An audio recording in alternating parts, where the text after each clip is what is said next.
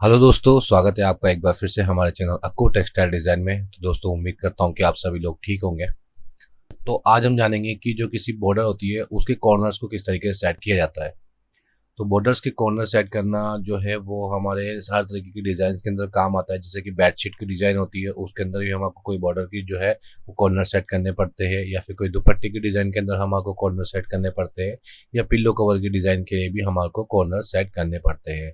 तो एक अच्छे तरीके से चारों तरफ से एक सेम फिगर लाना और अच्छे से रिपीट के साथ के अंदर किस तरीके से जो है वो कॉर्नर सेट किया जाता है, उसके बारे में आज जो है वो पूरा अच्छी तरीके से हम आज के वीडियो में जानेंगे। पिछले वीडियो के अंदर भी मैंने आपको जो है वो बॉर्डर के कॉर्नर सेट करना बताया था, बट वो मैंने चैनल के अंदर अलग तरीके से बताया। तो आज की वीडियो के अंदर मैं आपको हमारी ये जो एक बॉर्डर है जो कि बनी हुई है, इसको मैं चारों तरफ से कॉर्नर के अंदर सेट करके जो है वो एकदम रिपीट के साथ में सेट करके आपको 180 डिग्री के ऊपर घुमा के बताऊंगा कि किस तरीके से जो है वो चारों तरफ से सिमिलर तरीके के जो कॉर्नर्स है वो हम किस तरीके से सेट कर सकते हैं। तो वीडियो को एंड तक देखिएगा, वीडियो का कोई भी टॉपिक जो है वो मिस मत कीजिएगा, ताकि आपको बॉर्डर के कॉर्नर सेट करने में बिल्कुल भी तकलीफ ना आए। तो आइए बिना किसी देरी के शुरू करते हैं। तो सबसे पहले मैं क्या करता हूँ, एक नया कैनवास ओपन कर लेता हूँ। कंट्रोल एन प्रेस करके मैं यहाँ से इंचेस सेलेक्ट कर लूँगा और 10 बाई 10 का एक कैनवास सेट कर लेता हूँ। ठीक है, 10 बाई 10 इंची का मैंने अपना एक कैनवास सेट कर लिया है। ठीक है, अब उसके बाद में सबसे पहला काम रहेगा हमारा मार्किंग करने का। तो मैं सबसे पहले मैं टॉप के अंदर मार्किंग लगाऊंगा, बॉटम के अंदर लगाऊंगा, राइट साइड के अंदर एक लगा दी और लेफ्ट साइड के अंदर एक लगा दी। ठीक है, चारों कॉर्नर पे हमारे जो है वो आउट हमारी गाइडलाइन लग गई है। उसके बाद मैं सेंटर से एक ग्राफ लूंगा और सेंटर के अंदर सेट कर दूंगा। ठीक है, और एक इसका सेंटर भी सेट कर दूंगा। तो ये दोनों हमारे सेंटर जो है वो सेट हो गए हैं। ये इसका हाफ एरिया हो गया, ये इसका हाफ एरिया हो गया। अब जो मैं जो डिज़ाइन बनाऊंगा उसके अंदर क्या होगा कि हम जो डिज़ाइन बनाएंगे, मैं बेसिकली आपको समझा देता हूँ कि किस तरीके से हम जो है वो आगे अपने वीडियो के अंदर कंटिन्यू करने वाले हैं। जैसे मेरी एक ये डिज़ाइन है, ठीक है, यहाँ पर हमारी डिज़ाइन होगी। तो जब भी कोई हम इस तरीके की डिज़ाइन बनाते हैं या फिर बेडशीट छपती है, तो इतनी बड़ी जो डिज़ाइन होती है वो पूरी डिज़ाइन नहीं बनती है, वो यहाँ से इतनी डिज़ाइन होती है। ठीक है, और उसके बाद में वो डिज़ाइन हमारी 180 डिग्री के ऊपर रोटेट होके यहाँ से इस तरीके से घूम के सेट होती है। ठीक है, तो मैं सिलेक्शन हटा देता हूँ।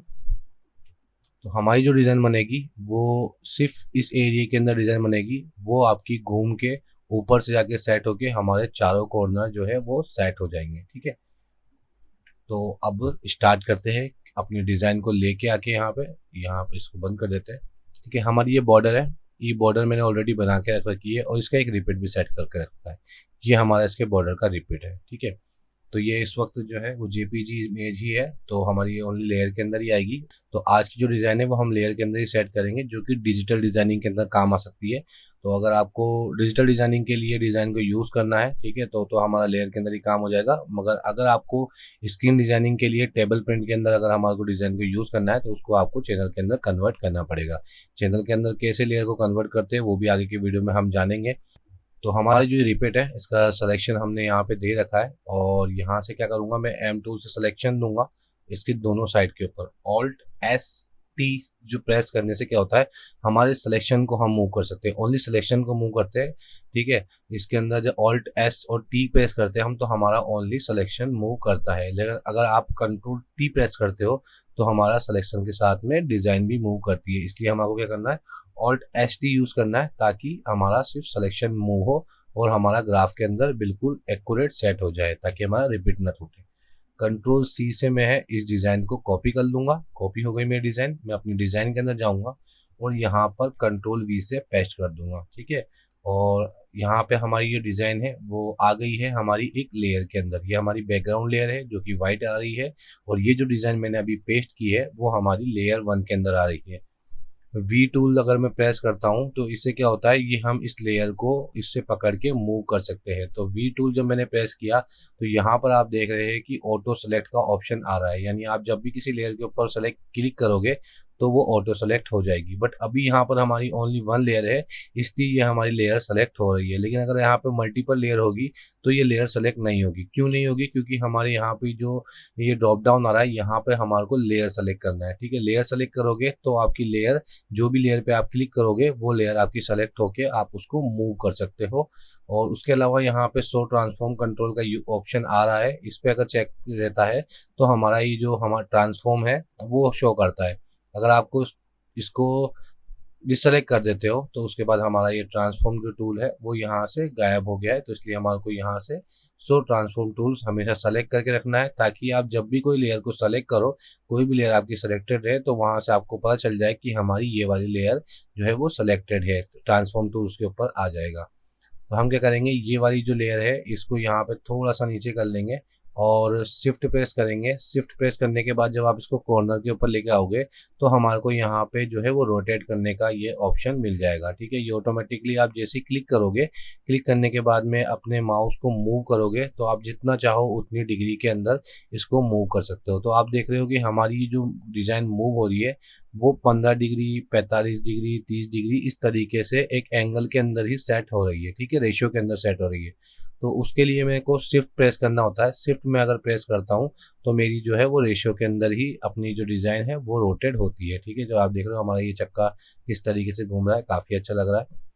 तो इसको हमने जो है वो स्ट्रेट खड़ी कर लेनी है और डिज़ाइन को मैं थोड़ा सा छोटी करूँगा। काफ़ी मेरी डिज़ाइन बड़ी हो रही है तो इसको मैं थोड़ा सा छोटी करके यहाँ पे कॉर्नर पे सेट कर दूंगा। ठीक है, मैं यहाँ पे इसको ऊपर कॉर्नर के अंदर लगाऊंगा। सबसे पहले जो हम डिज़ाइन बनाना स्टार्ट करेंगे तो हमको रिपीट यहाँ से सेट करना है। ठीक है, थोड़े सी इंच यहाँ मैंने यहाँ पे जो है वो गैप दे दिया है ताकि हमारा थोड़ा सा रहेगा। कॉर्नर पे मैंने सेट कर दिया इसका रिपीट, और उसके बाद में एक रिपीट जो है वो मैं यहाँ पे इसके इस साइड में लगाऊंगा। ठीक है, एक रिपीट मैंने इस साइड में लगा दिया और इस डिज़ाइन को शिफ्ट से ऊपर मूव करता हुआ लेके जाऊंगा। ठीक है, मैंने सेलेक्ट किया, ये मैंने सेलेक्ट किया और शिफ्ट के साथ में मैं इसको ऊपर मूव करके लेके जाऊंगा। तो भैया कॉर्नर पे मेरा सेट हो गया। तो ऊपर वाला जो एरिया है यहाँ पर भी इसको ग्राफ लगा दूंगा।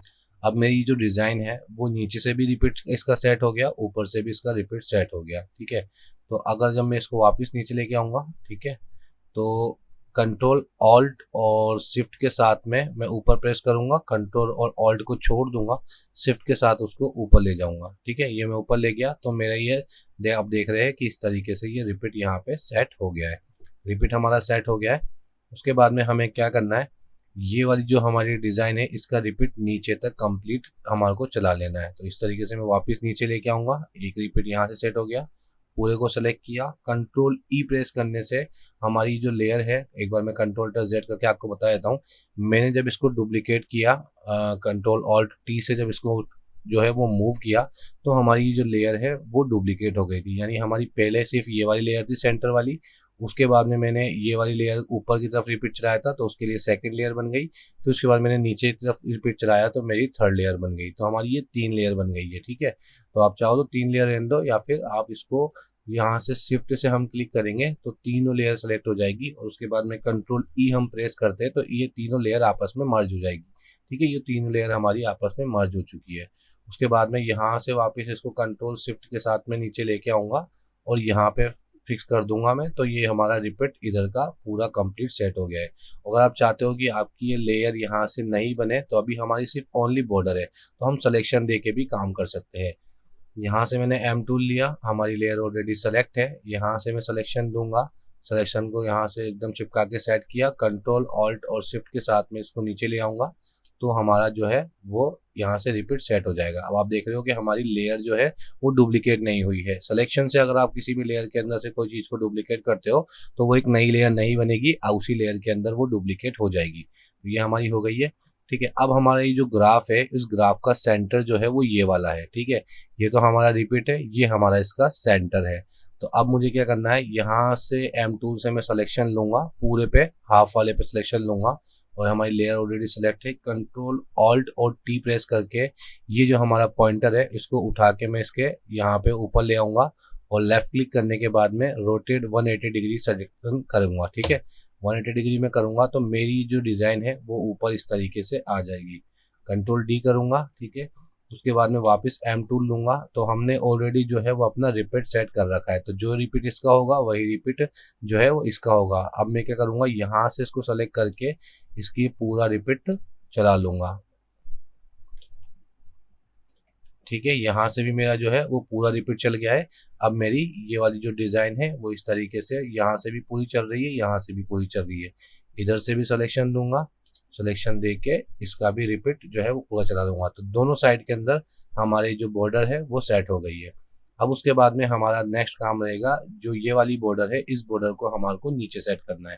ठीक है, नीचे सेट करने के लिए सबसे पहले मैं क्या करूँगा, ये वाली जो हमारी लेयर है इसको डुप्लीकेट कर लूँगा या फिर सिलेक्शन दूंगा। सिलेक्शन दे के यहाँ से कंट्रोल जे अगर मैं प्रेस करता हूँ तो मेरी ये वाली जो लेयर है इसकी एक कॉपी न्यू लेयर के अंदर हो गई है। ठीक है, ये मैं उसको उठा के आपको बता देता हूँ। ये वाली लेयर है मेरी, इसकी आई ओपन की। ठीक है, इसको उठा के मैं यहाँ पे साइड में ले आया, तो ये मेरी अलग लेयर हो गई। ठीक है, उसके बाद में यहाँ से इसको लेफ्ट क्लिक करूँगा। ठीक है, कंट्रोल टी करके लेफ्ट क्लिक करके या तो रोटेट 90 डिग्री CW अगर हम प्रेस करते हैं तो ये इस तरीके से जाएगी, या फिर आप जो है वो माउस से एरो से रोटेट करके भी आप इसको यहाँ से सेट कर सकते हो। ठीक है, उसके बाद में मैंने जो है वो इसको यहाँ पे सेंटर के अंदर ले आया। ठीक है, बॉटम के अंदर इसको एकदम ले आया मैं, और बॉटम के अंदर ले आके यहाँ पे मैंने इसको छोड़ दी।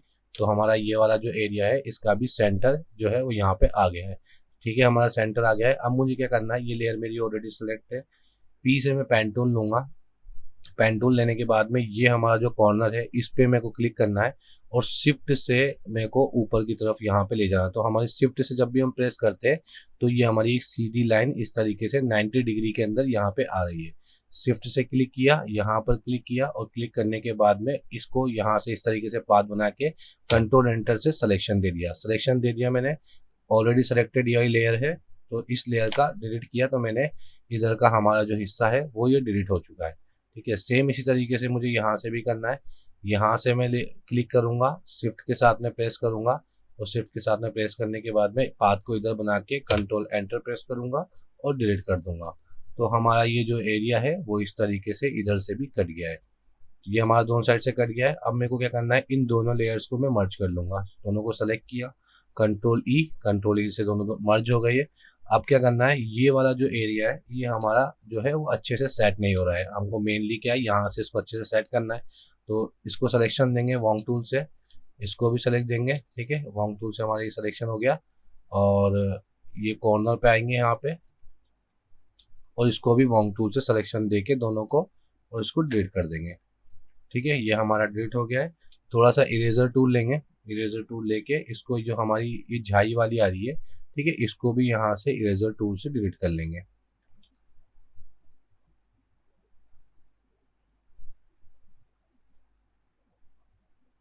यहाँ से ये डिलीट हो गया,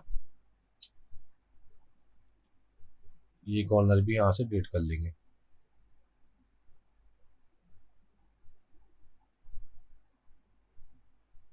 लेयर के अंदर जब हम काम करते हैं तो हमारे जो इसके एजेस रहते हैं वो एकदम जो है वो शार्प रहते हैं, बिल्कुल इस तरीके से नहीं आते। दोनों चीज़ चली गई यहाँ से, और उसके बाद मैं W से वॉन्ग टूल सेलेक्ट करूँ, W से वॉन्ग टूल लूँगा मैं, और उसके बाद में ये वाला जो हमारा सर्कल है इसको मैं यहाँ पे सेट करूँगा। तो इस सर्कल को यहाँ से सेलेक्ट किया वॉन्ग टूल से, कंट्रोल और T से सेलेक्ट कर लेके और यहाँ पे लेके आ जाऊँगा। ठीक है, तो अब हम जब यहाँ पे लेके आ रहे हैं ना, तो हमारी ये एकदम शार्प एजेस के साथ में आ रहा है। ठीक है, तो मैंने आपको पहले भी अपने वीडियो, अगर आपने मेरे पुराने वीडियोस देखे हैं तो उसके अंदर मैंने आपको एक चीज़ बताई है, जब भी हम कोई चीज़ को सिलेक्शन देते हैं वॉन्ग टूल से या फिर सिलेक्शन टूल से, तो उसके हमारे यहाँ पे एंटी एलाइज का ऑप्शन आता है, जिससे हमारी जो ये झाई होती है वो नहीं आती है। तो अभी हम लेयर के अंदर काम कर रहे हैं, तो हम चाहते हैं कि जिस तरीके की ये डिज़ाइन है वैसी सेम टू सेम वहाँ पर कॉपी हो। तो हम यहाँ से सिलेक्शन हटा देंगे और एंटी एलाइज पे जो है वो क्लिक कर देंगे। एंटी एलाइज पे क्लिक करने के बाद में जब भी आप वॉन्ग टूल से कोई चीज़ सेलेक्ट करोगे तो उसके बाद में इसके एजेस के अंदर थोड़ी सी जो है वो रफनेस आएगी। आप देख रहे हो, पहले हमारा एकदम सॉलिड आ रहा था, अब एकदम रफनेस आ रही है। इसको हमने सेंटर में सेट कर दिया, और इस वाले को भी यहाँ से उठा के वापस और इस साइड ले आके इसके सेंटर में सेट कर देंगे। ठीक है, तो ये इसके हमारे दोनों जो कॉर्नर है वो एकदम एक्यूरेट सही तरीके से जो है वो सेट हो गए। उसके बाद में टैब से दबाएंगे, हमारा ये लेयर का ऑप्शन आ गया है वापस, और ये एक सिंगल लेयर के अंदर है हमारी। तो हम M टूल से सिलेक्शन लेंगे। हमारा जो हाफ था वो डिज़ाइन का वो ये था, तो हम क्या करेंगे, हमारी हाफ ऊपर की जो डिज़ाइन है इसको यहाँ से डिलीट कर देंगे। डिलीट कर दिया, Ctrl+D से सिलेक्शन को वापस हटा देंगे और वापस नीचे की तरफ से सिलेक्शन देंगे। ठीक है, अब ये हमारा सिलेक्शन हो गया है। इसको Ctrl+Alt+T प्रेस करेंगे हम, और ये जो हमारा पॉइंटर है इसको ऊपर लेके आएंगे और इसको 180 डिग्री पे रोटेट करेंगे। जैसे आप इसको 180 डिग्री पे रोटेट करते हो तो हमारी ये जो डिज़ाइन है वो घूम के इस तरीके से ऊपर सेट हो जाती है, और ये चारों तरफ से हमारी जो है वो एकदम इक्वली सही तरीके से सेट हो गई है। देखो आप, जो एरिया यहाँ पे आ रहा है वो एरिया यहाँ पे आ रहा है, ये एरिया इस तरफ आ रहा है तो ये एरिया इस तरफ आ रहा है। चारों कॉर्नर के अंदर हमारे सीधा ये जो स्काई कलर का राउंड है वो चारों कॉर्नर पे आ रहा है। ठीक है, सेंटर के अंदर हमारी ये वाली चीज़ आ रही है, तो ये चारों सेंटर के अंदर हमारी आ रही है। तो इस तरीके की जो डिज़ाइंस है वो आप, ये जो मेथड मैंने आपको बताया है, इस मेथड का यूज़ करके आप अपने किसी भी डिज़ाइन के कोई भी बॉर्डर से उसके कॉर्नर्स को अच्छे तरीके से सेट कर सकते हो और उसको अपनी बेडशीट, पिल्लो कवर या दुपट्टे के अंदर उसको यूज़ कर सकते हो। तो उम्मीद करता हूँ कि वीडियो आपको पसंद आया होगा, और वीडियो पसंद आया हो तो वीडियो को लाइक और चैनल को सब्सक्राइब करना बिल्कुल मत भूलिएगा। हम इसी तरीके से टेक्सटाइल डिज़ाइन से रिलेटेड वीडियोज़ आपके लिए लाते रहते हैं। तो मिलते हैं हम अपने अगले वीडियो के अंदर। जब तक के लिए बाय, अल्लाह हाफिज़ एंड टेक केयर।